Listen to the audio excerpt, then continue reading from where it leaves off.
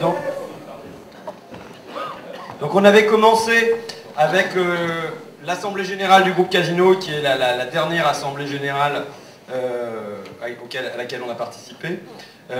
Et la première, c'était avec Marie-Hélène Bourlard, à l'époque déléguée syndicale de ECCE, Entreprise de confection et commercialisation européenne.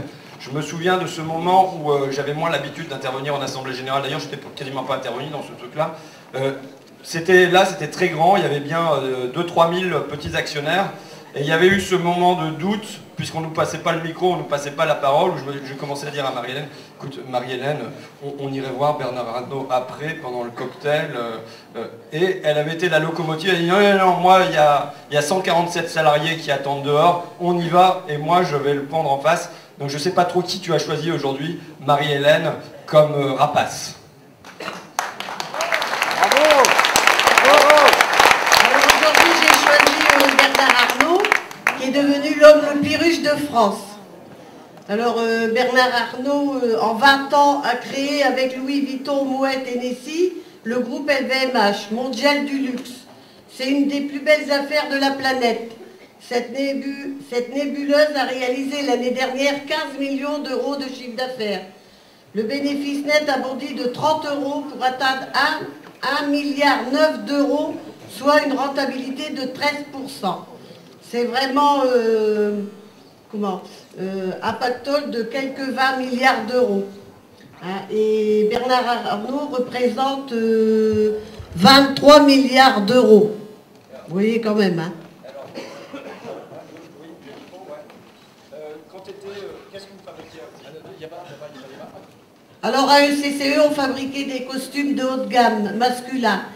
On fabriquait des costumes qui étaient vendus 1 000 euros pièce. Et ça revenait à 80 euros en France. Et Bernard Arnault a décidé de ne plus faire fabriquer chez nous, donc de délocaliser en Pologne et en Bulgarie, et que ça représentait 30 euros par costume. Donc il n'y avait pas encore assez d'argent, il fallait encore plus d'argent. C'est pour ça qu'il a sacrifié 147 salariés. Est-ce que vous avez été satisfait des réponses fournies par Bernard Arnault qui disait qu'il le regrettait en Assemblée Générale, mais que lui n'y pouvait rien?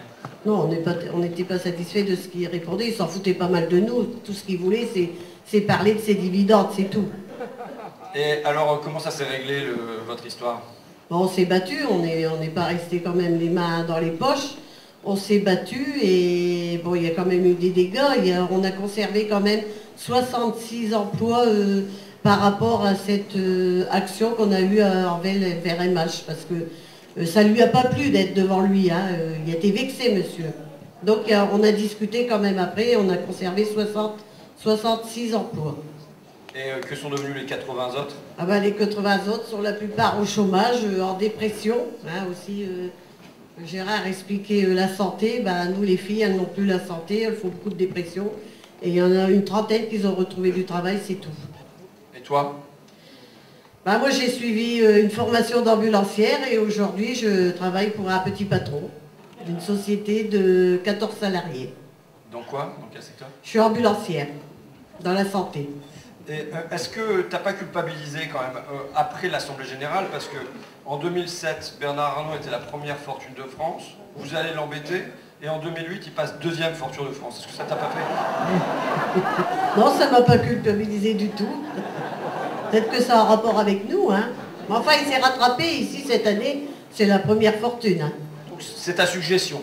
Ouais, voilà. Bon. On la propose au vote du public.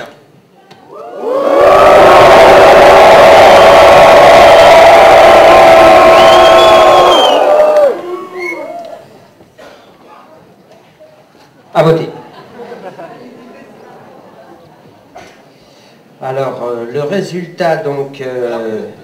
Je suis juste, excusez-moi Antoine, je suis juste un tout petit peu embêté. Je me rends compte que nous n'avions pas prévenu nos interlocuteurs, à savoir Maggie Lalizel, Jean-Louis Jutan, Leïla Chabi, Frédéric Lemaire, Gérard Mordilla, Christine Poupin, Xavier Mathieu, Patrick Le Yarrick, Véronique Brocard, Julien Salin, Jean-Pierre Garnier, Gérard Filoche et Marie-Hélène Bourlard, qu'il y avait un tout petit alinéa qui n'est pas apparu en fait sur les photocopies du contrat qu'on les avait donné. Je suis un peu désolé, je suis très embêté. Voilà, parce que, mais enfin, on en avait parlé peut-être suffisamment avant, c'est que, par contrat, vous vous êtes engagé à remettre le rapace d'honneur que nous allons présenter au public maintenant, et qui va être le résultat de vos votes, le résultat des votes que va nous donner Antoine. Et donc, voilà, l'un d'entre vous aura l'honneur de remettre ce prix en personne, aidé peut-être par quelques-uns d'entre nous. C'est une obligation pour tous ceux qui ont hué, qui ont contribué à choisir le rapace, d'assumer leur choix maintenant. Ils ont choisi le rapace, ils vont devoir épauler l'intervenant pour aller le lui remettre. De fait, c'est écrit en tout petit sur le ticket d'entrée que vous avez eu tout à l'heure. Alors, le taux de mécontentement mesuré en décibels. Un score très serré. Je vous rassure, tous les candidats ont dépassé le seuil de tolérance. La fiabilité de la machine laisse à désirer. Mais reste à départager donc 3 candidats qui ont largement dépassé les capacités de mesure de la machine. Carlos Ghosn, Arnaud Lagardère et Laurence Parisot. Donc on va réessayer donc pour Carlos Ghosn. Donc pour départager les 3 lauréats. Donc le jury du public avait choisi Carlos Ghosn, Arnaud Lagardère et Laurence Parisot, donc plus de 80 décibels chacun de mécontentement. Alors on va reprendre pour Carlos Ghosn.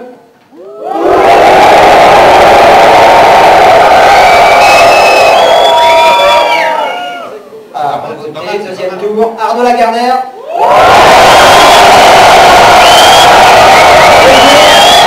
Laurence Parisot.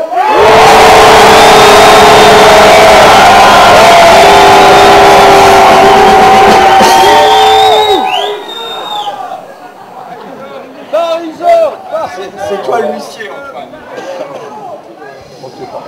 Alors, il va falloir choisir entre nous, hein. Les machines ne sont pas compétentes, il faudra que ce soit les hommes qui jugent. Parisot, au bûcher. Parisot, Lagardère. Parisot. Les deux ex-aequo.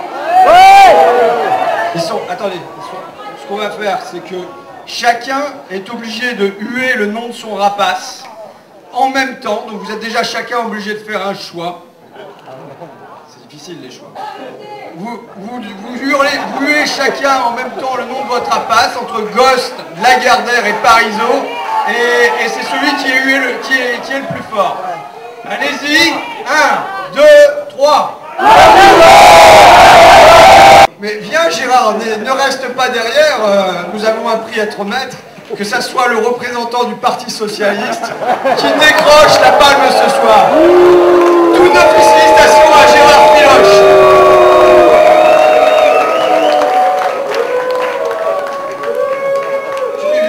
Tu veux dire un mot, c'est comme à Cannes, je sais que tu es fort ému, ça t'est pas arrivé des tas de fois dans ta vie. Merci pour le TCE. Voilà, donc tu as remporté donc, ce magnifique trophée. Je ne sais pas si normalement on doit le voir à l'écran.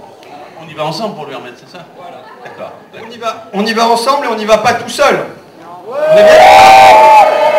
Je pense que l'un des points de rendez-vous, il faudrait peut-être faire ça au printemps, sinon l'un des points de rencontre sympas, c'est l'université d'été du MEDEF, à laquelle j'ai déjà eu l'occasion d'assister. Mais voilà, maintenant il va falloir... Moi j'espérais, je dois dire, vous voyez comme on n'a pas truqué l'élection, parce que j'espérais sincèrement que ça soit un patron du CAC 40, parce que c'est simple. On se paye tous une action à 160 € et on sait bien qu'on en a tous les moyens ici. Et voilà, on a le droit d'intervenir en assemblée générale des actionnaires. Maintenant, tous ceux qui ont hué Parisot ont une responsabilité commune avec Gérard Filoche pour aller lui remettre, et bien sûr j'en sais aussi, pour aller lui remettre le prix du pire rapace. On va faire ça, d'accord. Voilà. Donc au printemps, à mon avis, d'ici le printemps prochain, ça sera fait.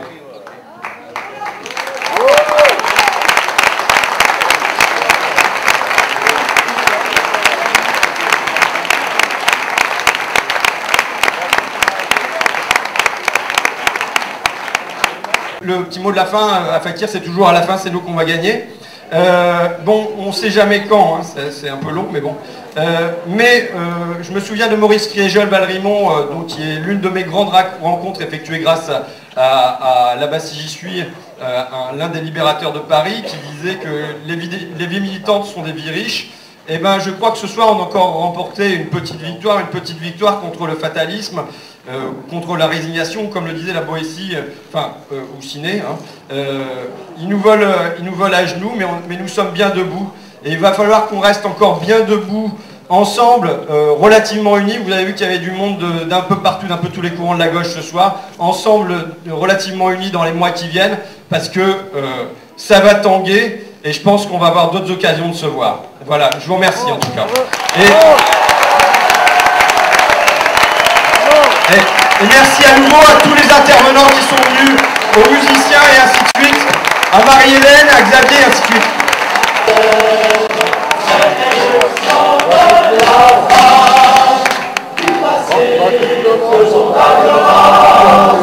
Sous l'esclave de